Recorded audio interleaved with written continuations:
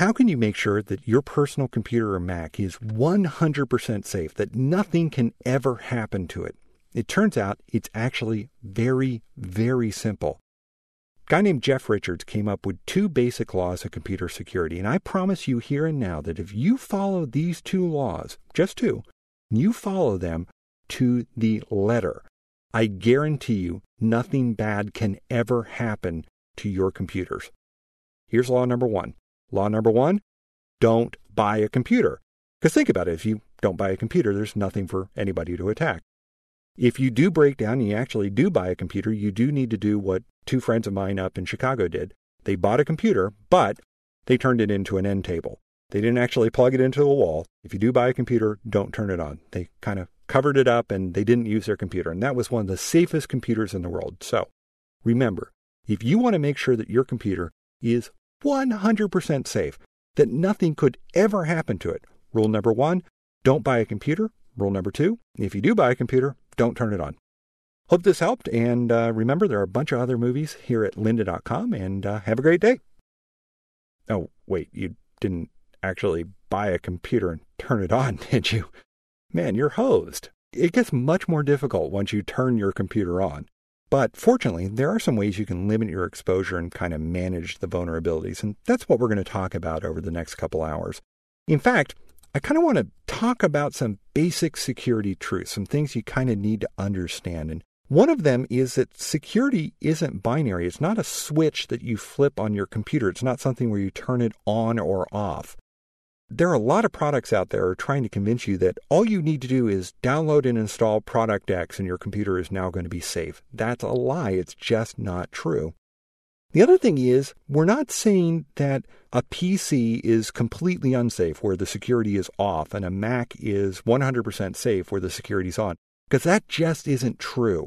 It turns out that security really affects all computers and all operating systems. And once you connect to the internet, it doesn't matter if you have a PC, Macintosh, Linux box, whatever. Once you connect to the internet, it gets a whole lot worse. The other thing that's important to know is that security isn't just technology. It's not just something you go and buy and install on your computer and, oh, wow, you're safe. You are the most important security tool on your computer. It's not the software, it's you. And sorry, you're actually going to have to do a little work on this one. Security is also cumulative. What do I mean by that? Well, if you do one thing, you get a firewall, your computer is going to be significantly safer. Not 100% safe, but it'll be safer. If you then go and do one more thing, which we'll talk about, your computer is going to be even more safe or safer. You do a third thing, it's going to be safer. Again, not 100%. But you're going to get a little safer. So you're going to go from no security to almost 100% by doing a couple simple things. But remember, it's a cumulative process. It's not where you're going to do one thing and you're done. You got to do a couple things to get there. But you also need to remember that you can go way too far. You can actually go and put so many security things on your computer that not only will your computer not work, you actually make your computer less safe. I got my bachelor's degree in economics, and I kind of learned how to draw a lot of graphs. And so kind of to show that, hey, I didn't actually waste the $30,000 on my undergraduate degree. Hey, here's a graph.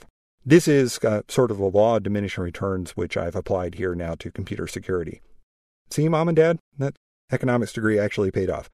What we're showing here is how safe you are and how many things you have to do to get there.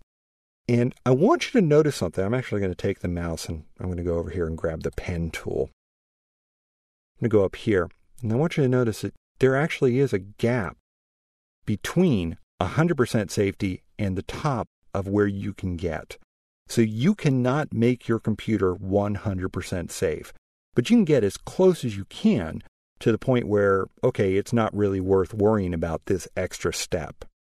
Also notice that you go and add one thing like a firewall, you're actually going to make your computer a lot safer. Go and do one other thing and then another thing and then another thing. And what ends up happening is your computer gets safer. But as you start adding more and more things, the benefit drops. And eventually you're going to get to the point where it's just going to start dropping to the point where, hey, guess what? You add something else, your computer's almost as bad as if you hadn't done anything at all. Your goal when you're talking about computer security is you want to be way up here at the top. You want to be at the maximum. You want to be at the pinnacle of this graph. And what we're looking for is really the least critical effort, the least number of things that we have to do to get the maximum return on security. So it's the least amount of work to achieve the highest level of safety. So let me go and hide this pen again, and we'll keep going with the show. So, a couple other things you need to remember. As we showed you, 100% security just isn't going to happen. You just can't get there. Your goal is to be at the max. Least critical effort, least amount of work to achieve the highest level of safety. And your focus is going to be on vulnerability management. What you want to do is you want to make your computer less vulnerable. Not perfect, just less vulnerable. It's kind of, the goal here is unattractiveness, and let me explain what I mean by that. There is a device that you can install in your car called the club, and it kind of locks your steering wheel, and it makes it very difficult for a car thief to kind of drive when they've got this club sticking off the steering wheel. Now, does the club keep somebody from stealing your car? No, it doesn't. Pretty much, I can get rid of the club in about 30 seconds. All I need to do is break into your car with a hacksaw. I saw through the steering wheel, and I just removed the lock, and I'm now off driving. The point of the club is to make your car look unattractive in a sea of other cars. A burglar is going to go and look and see, ooh, there's a club here. That's a lot of work for me. Let's go to the next car. And that's what you want to do with computer security. You want to make sure that your computer is unattractive to the bad guys. You want to make it so that they see that it's going to take so much time and effort on getting into your computer when your neighbor is completely open that they're just going to go over to the neighbors. So how do you do all of this? How do you maximize your security, minimize your vulnerabilities, diminish your computer's attractiveness to attack? Well, it's actually very simple. You need to get a firewall. You need to practice patch management. You need to use an antivirus and anti-spyware software, 2 different programs. You need to practice SafeSurf, and you need to backup. We're going to talk about each of these in depth, and we're going to throw in a whole bunch of more stuff, but these are the core things that you need to do. Why? Why do you need to do these core things? Well, once you connect your computer to the internet, doesn't matter if it's a PC or a Mac, there are some nasty things out there that you're going to run into.